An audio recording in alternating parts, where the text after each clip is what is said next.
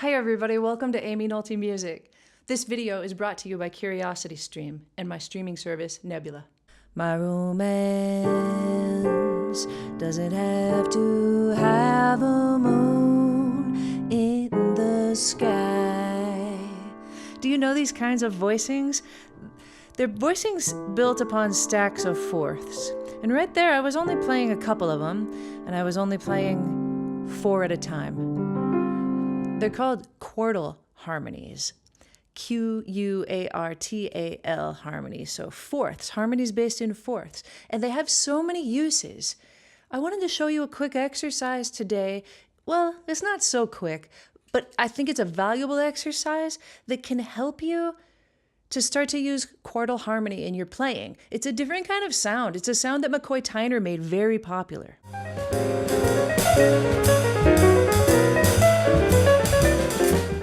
And when you realize that you can use quartal harmony over several kinds of chords and in several situations, it starts to open up your playing and make it so much more colorful. So what I want to show you today are possibilities. So let's take that first one that I played that has an E and an A and a D and a G.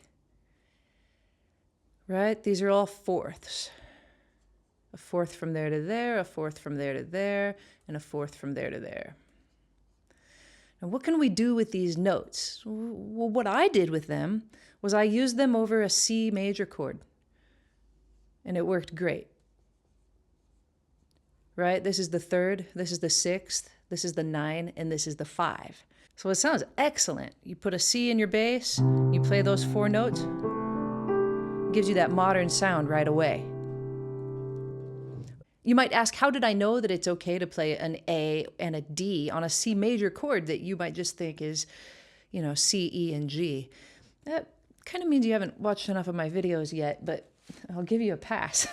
If you have my Jazz Bible video available or just my Jazz Bible, you can check it out. You can see which notes are okay to play over which kinds of chords. So here you see that I'm talking about major chords. I tell you all of the ways that you can write major chords, and because there's a lot of different ways that kind of mean the same thing. And then I tell you the most common jazz notes to play over them. 3, 7, 9, 13 are the most common for voicings in jazz. You typically leave out the root because the bass player plays it, and you typically leave out the 5 because it's boring. But in parentheses here, I have 1, 5, and sharp 11. Remember those, if you can. So it lets you know 13 is okay, 9 is okay, 3 is good, 5 is good too. And even though I say that using this 5 note is kind of boring, it's not boring. As soon as you put it in the context of stacked fourths, it loses everything boring about it. Everything that might have been boring if you just played like, you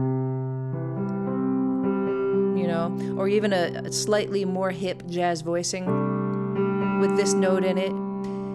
It's grounded. The 5 has a really grounded sound, but it's just not as exciting as if you maybe play these notes. Now, let's check out these notes because the 5 is not there, but they're important.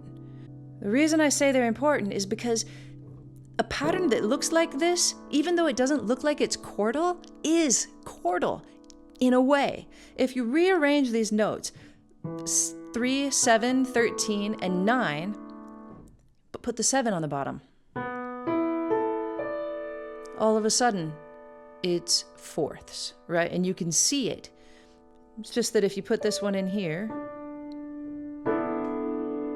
it looks different. Or if you drop it all and put it there, it looks different, it sounds different. But a lot of these rootless voicings that we use can actually be twisted around to become some kind of a quartal voicing. Back to my exercise.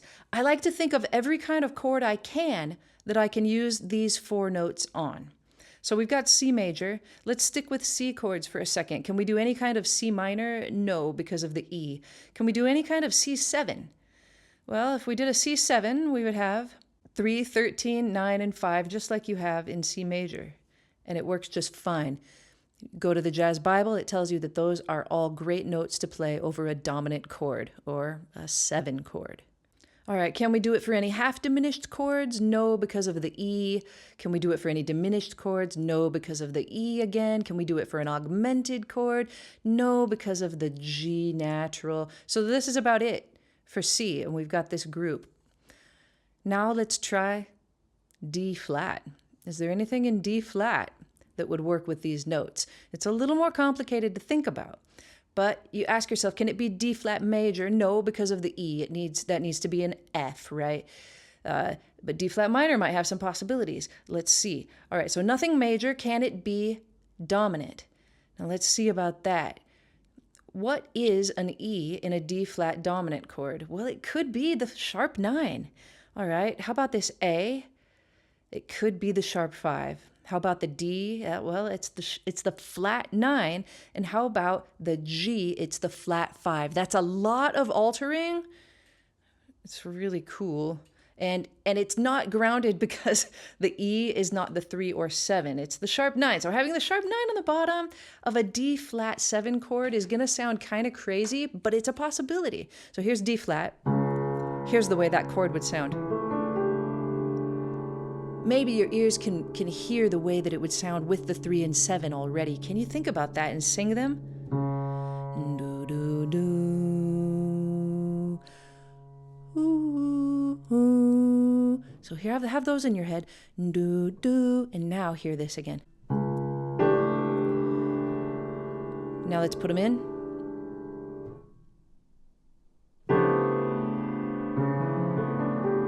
It's kind of wild. Maybe if you did it like this, it would sound better. Absolutely.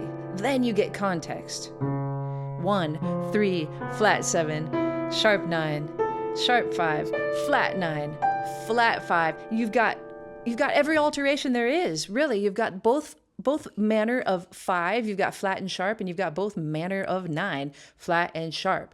I dig it, but it's kind of crazy, right?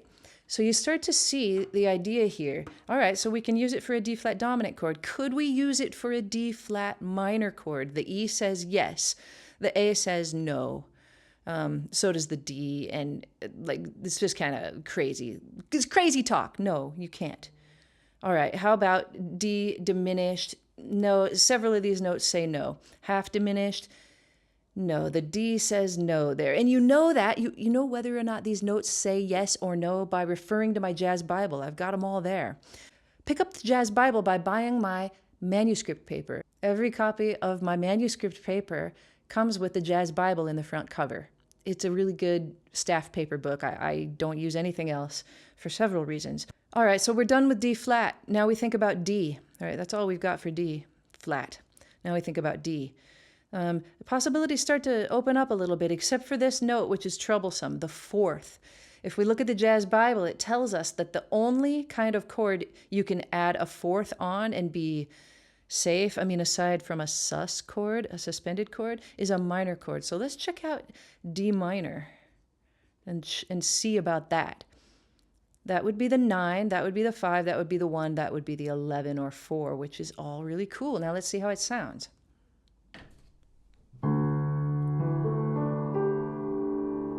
Yeah, let's put a 1 and a 3 and a 7 down here and then try them. A lot of times if you're not sure they'll work, do that. Just put the 1 and the 3 and the 7, a shell voicing, right there at the bottom. Then at the top you add your more interesting voicings. Tells you whether or not they sound good. You could also try it in the context of a tune like My Romance, like I did at the beginning. Here's the D minor. Yeah, it's gorgeous. Now, if we wanted to get technical, adding the 9 and the 11 to a D minor chord would make us have to call it D minor 11. A lot of times in jazz purposes, you don't have to notate it just right. You can add these colors whether or not it's notated D minor 11 or just simply D minor or D minor 7. You can give it a shot. You always want to check and make sure it sounds good in context of the song, like with the melody. You can kind of start to see the pattern here. You just move along the chromatic scale, asking yourself for every note of the chromatic scale, is there a major, minor, or dominant, or diminished, or augmented chord that would sound good with these fourths, with this kind of chordal harmony? I don't need to continue to do it for you. But, I mean, this is only one possibility. You've got many more possibilities of stacking fourths. Let's take one of them. What if we just raise every one of these notes a half step? So we've got F and B flat and E flat and A flat. Now this is actually a chord that I used when I opened up with my romance. I used it right here. I used it for my G7 chord. Can you think about those notes in G7? That's the 7, that's the sharp 9, sharp 5. Some people like to call it flat 13, and because I wrote it as an E flat, let's call it a flat 13 this time. And we've got a flat 9 right there. Now we are missing the 3. We could stick it in there. Woo, that's a tasty sounding chord, isn't it? We could also do my trick of just playing a shell on the bottom. I don't want to play the 3 down here, that's so muddy, so I'll make the stretch to the 10th, then we'll add them up. Sounds so nice. Now, one thing I had to do was mess with the melody just a little bit in order to make these notes work, because let's see why. The melody note is a B. So, if I've got a B flat as one of my strong voicing notes, it's not going to sound good for me to sing that melody note. So luckily I was in charge of my own melody note, and I just kind of skewed it a little bit. So instead of going in the sky, I think I went in the sky. I kind of bent it and made it into that B flat instead of a B. So you want to be careful. I mean, it's a great voicing to use on a dominant chord. Like I said, I mean, it sounds amazing. Whoa, what if we had the D flat? Sorry, I digress. But you always want to check with the melody note. Make sure that it's gonna sound good before you do it. And you know, sometimes that kind of a rub, just briefly, is okay. Like, do it really quick. So maybe the singer or the horn player is going, a moon in the sky.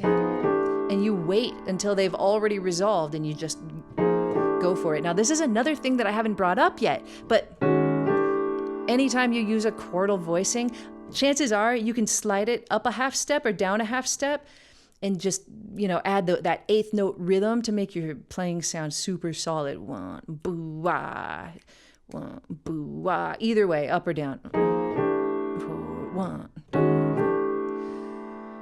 But I challenge you to take these notes and see what you can come up with. Like, just make a chart. If you're, you know, everybody will do it their own way. I've got a chart that I made in college with all of the different combinations of fourths that I could think of and every single chord that could line up. And as I started to visualize it on my chart, that's when I could start to say, all right, I'm playing Have You Met Miss Jones in my combo this week or whatever.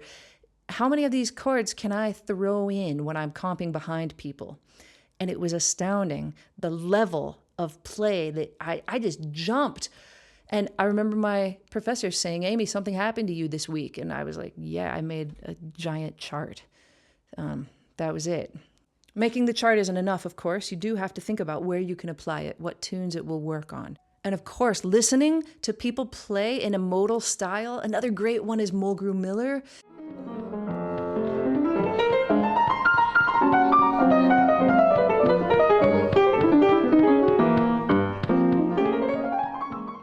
Will help the way that you hear your own playing and increase possibilities in your own head. You'll be like, oh, I could hear that Mulgrew Miller or McCoy Tyner would have played a fourth right there. I'm going to try it. Oh my gosh. Oh, that sounded amazing, right? And things just start to jump out to you. You might want to play C minor and ask yourself, how many ways could I do it with fourths? I could potentially start on the 1. I could start on the 2. I could start on the 5. Right? Like, there are options. So if a song's going to hang out in C minor for a while, you've got all of those options at your disposal.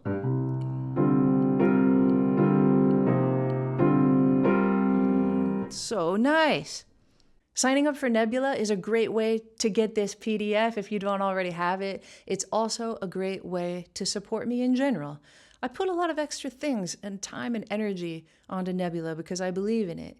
It's a video platform of all educational content built by myself and other creators like me that you already probably know from YouTube. I don't know if you've seen my video from this week about the Beatles Get Back documentary.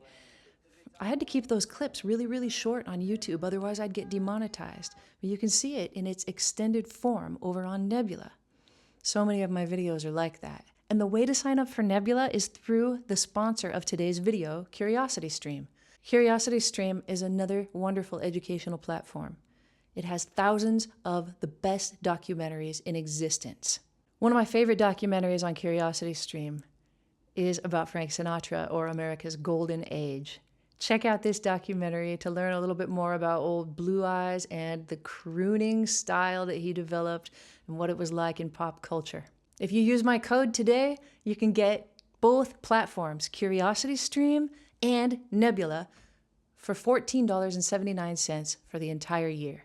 As soon as you sign up for CuriosityStream, a welcome email will come to you from Nebula to let you know how to get on Nebula, which is a wonderful app.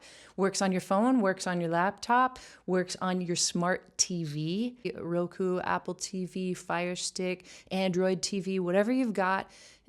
It's really nicely laid out, and I have a nice time going through the Nebula app, especially because there's no algorithm to push anything to me. I also make some more money if you watch my video on Nebula than if you watch it on YouTube. They're very fair about the way they pay their creators through streaming. Thanks everybody for watching. I'll see you next time on Amy Nolte Music.